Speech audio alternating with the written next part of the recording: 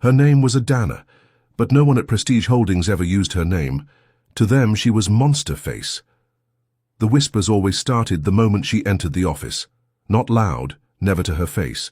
Just the usual hushed laughter, the sideways glances and the rehearsed coughs covering sneers as she walked past. Her skin bore scars that twisted unnaturally down the left side of her face, the result of a fire she'd never talked about. One of her eyes was slightly drooped, her lip tugged permanently into a half-frown. But it wasn't just her appearance, it was her silence, her avoidance of small talk, her strange hours, and the way she dressed in baggy skirts and oversized blouses. She was the temp. The woman no one knew anything about, and that gave them all permission to mock her. "Hey, did Monster Face clock in already? She probably sleeps in the janitor's closet, I swear. I bet she eats rats for lunch. Look at her face." Like something out of a horror movie. Adana heard it all, she always did. She never reacted, never flinched, never spoke up. Instead, she kept her head down, doing menial tasks no one else wanted. Sorting invoices, running errands, fixing printer. Jams. Even the receptionist Tina would snap her fingers and toss instructions like she was ordering around a servant. But what no one knew, what no one even thought to consider, was that Adana wasn't a temp. She owned the company. Before there was Monster Face, there was Adana Obasi, radiant, sharp-witted, magnetic. The youngest daughter of a textile tycoon, she was known for her unfiltered brilliance and unapologetic independence. People didn't just admire her, they feared her mind. At 27, she founded Prestige Holdings, a tech investment firm that broke records in its first year. While other companies hesitated, she bet on risky African fintech startups and turned them into gold mines. She was everywhere, magazines, panels, Forbes Top 30 Under 30, until the accident. It happened at her Lagos mansion, a fire, an explosion in the generator room during a late-night coding session. She barely survived. Her left side burned beyond recognition. She spent months in the hospital, slipping between surgery and silence, the once bold CEO now hidden behind bandages and trauma. Everyone expected her to disappear, to retire quietly with her wealth. But she didn't. Instead, she returned, not as herself, but as someone else. She changed her name in the records. Legally, she remained CEO, but public-facing responsibilities were quietly handed off to a man she trusted, her late father's loyal friend, Chief Opara. He served as the firm's acting owner, a smokescreen. Internally, he played the role of aloof old-money investor, while Adana observed the company from the shadows. She returned under a new identity, Adaeze Okonkwo, a temporary file clerk recommended by a shady employment agency she herself owned. No one questioned it. Why would they? She was ugly, she was quiet, she didn't belong. They mocked her because they could, and she let them because she had a plan. If Prestige Holdings had a queen, it was Michelle Ume. Beautiful, loud, and always dressed like she was auditioning for a fashion show, Michelle wasn't the smartest in the building, not by a long shot, but she was cunning. She was the kind of woman who knew how to play people like pianos, especially men. Her power didn't come from brains or results. It came from intimidation, manipulation and charm, and she hated Adaze. "Oh God, here comes Monster Face," she'd sneer every morning. Sometimes she'd pretend to trip over her own heels just to accidentally bump into her. Other times, she'd dramatically spritz perfume in the air whenever Adaze passed by, like she was warding off a demon. "What even is her job?" Michelle once asked, voice raised enough for the whole office to hear. "I mean, do we really need a temp to export to breathe and look tragic?" Everyone laughed, except Namdi, the quiet analyst who always offered Adaze a seat during lunch. But he never defended her out loud. No one did. Michelle wasn't just a bully, she was a backstabber too. She had dreams of climbing higher, and she believed she could seduce Chief Opara into giving her a regional director position. She even started wearing Ankara dresses he complimented once, bringing him lunch from his favorite caterer, and calling him Uncle Chief with a coy. Wink, little did she know. Chief Opara reported everything back to Adana, every insult, every whispered rumor, every fake report Michelle submitted, using junior staff to take credit for others' work. Adana had files on everyone, but Michelle's folder was the thickest. Screenshots, recordings, bank slips, even details of a side hustle that violated company policy. But Adana wasn't ready to strike. Not yet. She needed the whole thing to burn. And Michelle would be the match. Michelle had ambition. The dangerous kind. The kind that made her believe she deserved power just because she could pretend to wield it. And she was tired of waiting. So when she heard a whisper that Chief Opara was considering appointing someone new as assistant managing director, she sprang into action. I practically run this place, she told her clique of office dolls in the ladies' bathroom, fluffing her weave and staring at herself in the mirror. Who else could even do it? That Adobe girl in finance, please. She can't even coordinate her lipstick with her shoes. Let me tell you, babes, I got this. The next morning, Michelle showed up in a fiery red jumpsuit and heels, sharp enough to slice bread. She carried a folder filled with fake reports padded with numbers she barely understood, and she stormed straight into Chief Opara's office without knocking. "Uncle Chief," she beamed, "we need to talk." Downstairs, Adana, was organizing invoices, her usual quiet task away from the bustle. When the glass walls of the upper conference room caught her attention, there she was, Michelle, smiling like she owned the sky. Laughing, pointing, talking like she was closing a deal. Adais watched calmly, her burnt fingers brushing over the edge of a stapled contract. Her reflection glimmered faintly on the glossy wood table in front of her. One side beautiful, the E, other a wreckage of skin and memory. She touched her cheek for a brief moment, then turned back to her papers. Chief Opara didn't push Michelle out of the room. That was intentional. A few days later, a memo was sent to the entire staff. "We are pleased to announce an upcoming company-wide audit of internal performance metrics and staff conduct. This is part of a new initiative launched directly from ownership. Please cooperate fully with the incoming audit team." The staff groaned. Michelle smirked. "Audit, please. That's just code for we already picked our favorites." She rolled her eyes, tossing her braids over her shoulder. "Watch, babes. They'll announce me as ADM next month, you'll see." What Michelle didn't know was that the audit team had already been working behind the scenes for 2 months. The team didn't come from headquarters. It was headquarters. People loyal to Adana. Tech experts, legal pros, forensic accountants, all buried inside the structure like ghosts, silently gathering dirt. And the first file they handed her was Michelle's. It was worse than Adana imagined. Fake suppliers billed through shell companies. Interns forced to work unpaid overtime. Sexual harassment complaints buried or silenced with intimidation. Even screenshots of Michelle mocking Adana's.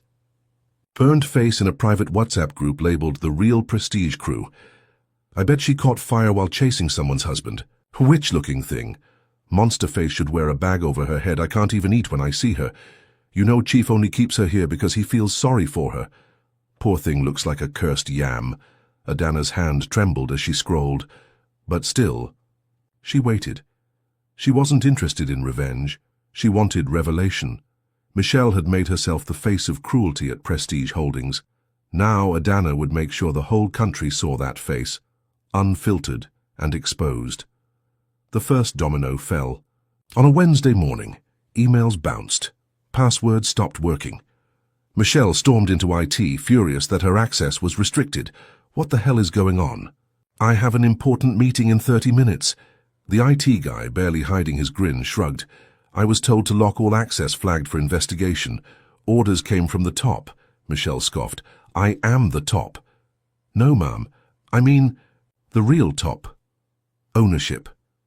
Security showed up 2 hours later, 2 men in black suits. Calm, stern, no badges. They walked her straight out of the building in front of the entire office. But not before Adana, still in her plain beige blouse and worn-out shoes, stood silently near the lobby printer and watched it all happen. Michelle's eyes locked with hers for a split second. There was a flicker of something. Recognition, confusion, shame. Then she was gone, and for the first time in 2 years, someone said aloud in the office cafeteria, "Hey, that weird girl, the one Michelle used to bully, She just stood there like she knew it was coming. The office felt different after Michelle was escorted out. Quieter, more cautious, like a snake had slithered through and left its venom behind. People tiptoed now, eyes flicking from side to side, voices lowered, laughter faked. The same people, who had once laughed the loudest at Adana's face, now avoided eye contact, as if they sensed something had shifted, but couldn't quite place it. No one mentioned Michelle, not directly except one person, Namdi. He was the quiet one, always in the corner, always polite. Unlike the others, he never laughed at Adana, never joined in the mockery. He'd offered her coffee once, and when she dropped it from shaky hands, he'd cleaned it up without a word. Now, as she stood by the backroom printer again, pretending to be just another temp, Namdi approached her. Carefully, respectfully. "I know you saw it," he said in a low voice. Adana didn't look at him. "Saw what?" "Michelle. The way they walked her out. You didn't flinch. You knew." Adana's fingers paused over the paper stack. She turned her head slowly, just enough for her one good eye to lock onto his. "And if I did?" she asked. Namdi shrugged. "Then maybe you're not who they think you are." That was the first time someone had seen her, truly seen her, since the accident. Meanwhile, chaos spread through the rest of the building. Michelle's clique was in shambles. Her best friend Linda tried to delete her emails before anyone could access them. Too late. Another junior manager resigned mysteriously 2 days later, just before his name appeared on the misconduct report. Adana, behind the scenes, kept reviewing everything, every file, every lie, every name that had either joined in on her humiliation or stood by in silence. Tina, the receptionist, had once spilled coffee on her just to laugh. Kenneth from HR had refused to help her report missing paychecks. Mr. Bello, the senior supervisor, used to make pig-snorting sounds whenever she passed. They all had dirt, and Adana had collected it all. But she also made a separate list, one only she could see. It was titled, "Those Who Never Laughed." There weren't many names on that list, but Namdi's was there. So was Uzoma, the shy cleaner who once whispered, "God bless you," after Adana helped her lift a crate of bottled water. Even the security guard at the main entrance, Francis, made the list after he gave her his umbrella during a storm. To those people, Adana owed something more than vengeance. She owed them truth. 3 weeks later, the company announced a surprise town hall meeting. All departments were summoned. Chief Opara stood at the front with a straight face, behind him a projector screen. That read, "Meet the visionary who built Prestige Holdings," people whispered. They glanced around. Where was the guest? Then he smiled and stepped aside, and the doors at the back opened. Adana walked in, not in her usual beige blouse, not in worn shoes, but in a custom black power suit, skin scarred, eyes fierce, hair wrapped in a bold gold-trimmed jail. And when she reached the stage and turned around, the room fell completely silent. Someone dropped their pen. Another gasped. Tina, the receptionist, actually sank into her seat. Adana leaned into the mic, her voice like sharpened velvet. "You used to call me Monster Face, but my name is Adana Obasi. I built this empire and now I'm taking it back." The silence after Adana spoke wasn't just quiet, it was deadly. Everyone sat frozen in the Prestige Holdings auditorium, jaws slack, eyes wide, hands gripping armrests as if bracing for a plane crash. For nearly 2 years, they had ridiculed her and dismissed her, insulted her, reduced her to nothing more than a grotesque joke, and now here she was, the woman they laughed at, was the one signing their paychecks. Adana took her time scanning the crowd, not with anger, not visibly, but with a calm power that burned even more deeply. Her scars were visible, and she didn't try to hide them. The burn across her cheek, the tightened skin along her jaw, the eye that no longer blinked in sync with the other. She made no apologies for them. "Some of you are already reaching for your phones under your chairs," she said, voice rich and steady. "That won't help you." Phones were raised, emails were quickly being typed. Adana turned to the screen. Chief Opara clicked to the next slide. It read, "Internal investigation. misconduct, corruption, and workplace abuse. Below that, names, departments, screenshots, voice recordings. Then, without blinking, she turned back to the crowd and spoke. You built a culture here, a toxic one. You rewarded loudmouths and punished silence. You measured value by face, not mind. But Prestige Holdings was never built for people like you. It was built for those who dream, and I will no longer fund your nightmares. The storm came swiftly. Tina, the receptionist, was the first to go. The HR audit revealed she had doctored time entries, overcharged for vendor supplies, and created a fake payroll entry for a non-existent intern, all while mocking Adana for wearing the same cheap-looking shoes to work. Kenneth from HR? Terminated. He'd buried complaints from junior staff and ignored policy violations from senior managers, especially Michelle. 3 team leads were suspended pending legal review. A finance officer was arrested for embezzlement, right there in the lobby, handcuffed in front of everyone. And through it all, Adana remained composed. No threats, no yelling, just precision. But not everyone cowered. A group of staff tried to rally. They sent a petition, claimed emotional distress from Adana's deception, accused her of manipulating them, of lying about her identity. One anonymous letter even called her a narcissist, playing victim for pity. She didn't respond to the letter. She simply forwarded it, along with evidence of those same employees joking about a disabled co-worker, to the company's board and legal team. By Friday, the group had vanished. Some were fired, some resigned. All of them were replaced. Then came the rebuild. Adana wasn't just there to punish. She wanted to transform. She restructured teams, promoted silent but loyal workers, and gave Namdi a raise and a new role in innovation strategy. He resisted at first, still shocked. "Why me?" he asked. "Because you saw me," she said. Uzoma, the soft-spoken cleaner, was promoted to facility supervisor. Her salary tripled. She wept when Adana handed her the offer letter. Francis, the guard who had once handed her an umbrella, now stood proudly at the front door, no longer invisible. And Adana! She walked the halls openly now, still scarred, still marked, but never again unseen. By the end of the month, Prestige Holdings was no longer a den of laughter and cruelty. It was a monument to survival, strength, and truth. The joke was over, and Adana Obasi was the punchline no one saw coming. In the days that followed, the office felt quiet again, but this wasn't the silence of fear or avoidance. It was the calm of a new era.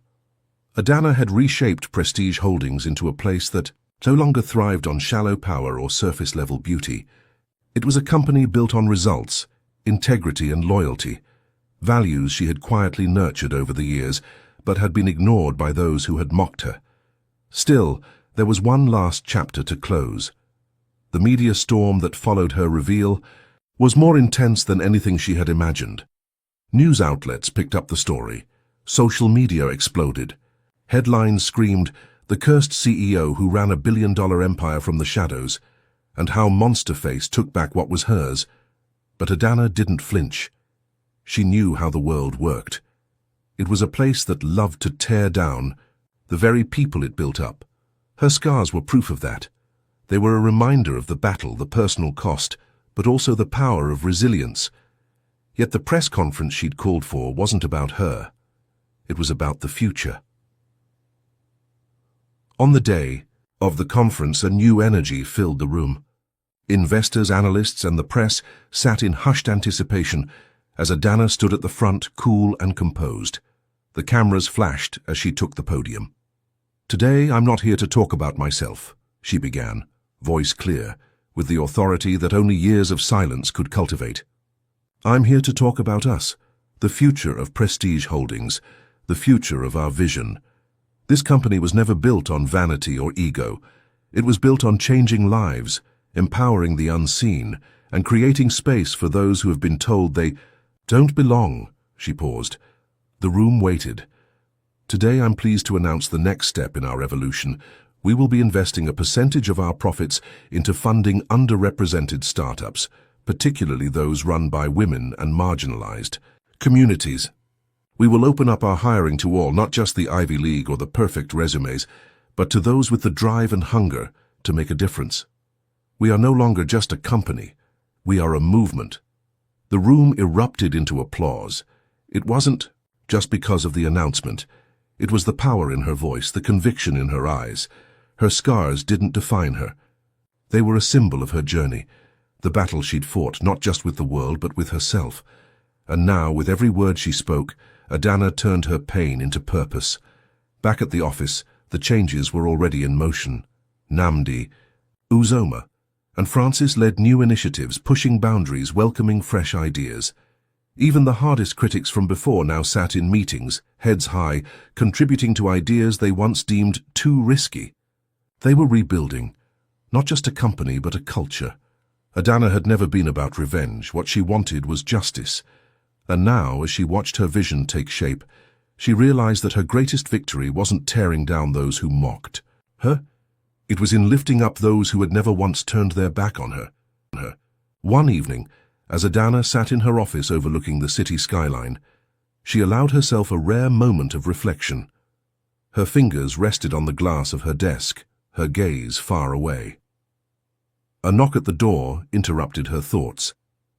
Namdi stepped in, looking hesitant. He'd become more than just a colleague. In many ways, he had become her right hand. He held a cup of tea in his hands and placed it on her desk. "You did it," he said softly. She smiled faintly. "We did it. Does it feel different now?" he asked, his voice uncertain. Adana looked out the window again, watching the sun sink behind the horizon. "It feels like I finally became the woman I was always meant to be. Not the one they saw, not the one they mocked, but the one I've always been inside." She turned back to him. "I guess you could say the monster was just the beginning." 6 months passed. Prestige Holdings had become unrecognizable, not because of its logo or the upgraded furniture, or even the massive spike in revenue, but because of its soul. The energy had shifted. Now, it wasn't about fear of punishment, but hunger for purpose. Staff walked through the glass doors with pride, not dread. Voices echoed with ideas, not gossip. Adana's story had transformed from office rumor to corporate legend, whispered not with malice, but awe. She built it after a fire, you know. They laughed at her, but she owned the building they stood in. Her scars, their proof she survived what would have killed anyone else. And while the office buzzed with its new rhythm, Adana herself changed. Not in the way people expected. She didn't retreat to some penthouse corner office and vanish behind tinted glass. She moved more freely than ever. She spoke at public schools, mentored young girls, and created internship slots specifically for those often overlooked, kids from the slums, disabled applicants, single mothers. She didn't just want to be a symbol of resilience. She wanted to build a system where no one had to crawl the way she did to be seen. One morning, she stood in front of the mirror in her bedroom. It was the same mirror she'd avoided for almost 2 years. The one that once made her weep, made her flinch, made her wrap scarves around her face just to step outside. But now she stood there and looked. Her face bore the marks of the fire.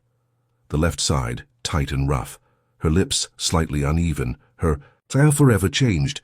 But for the first time in her life, she smiled. Not to fake confidence, not to pretend, but to honor herself. This was the face that built an empire, the face that endured betrayal, mockery, pain, the face that outlasted the beautiful ones, the cruel ones, the perfect ones. This was her face. This was Adana. A letter came in later that week, from Michelle, written in a spidery hand, likely from a rehab facility, apologizing, rambling, pleading, telling Adana how she never knew, how she was just going through things, and didn't mean the things she said. Adana folded the letter gently and placed it in a drawer without reply, not out of hatred, but because the chapter was over. One last thing remained, a gala, a massive one, honoring excellence in African leadership and innovation. Adana had been nominated for the highest award of the evening. She arrived wearing a flowing, deep purple gown, one side of her face bare, the other painted in elegant tribal gold. It didn't hide her scars, it highlighted them. And when she walked onto the stage to receive her award, people stood, Some clapped, some cried, some simply stared, stunned that the woman once called monster had become the face of resilience, power and beauty. She stepped to the mic, holding the golden plaque in her hands, and spoke. They tried to bury me beneath their laughter, but what they didn't know was that I was a seed. Epilogue Prestige Holdings eventually expanded beyond Nigeria, London, Dubai, Accra, Nairobi, Johannesburg. Adana's face, the very one they mocked, became the centerpiece of the company's global campaign. Scars are proof you survived. People didn't just remember her name, they learned from it. They followed it, because she had done the one thing her enemies never imagined. She took the thing meant to break her and built a kingdom on top of it.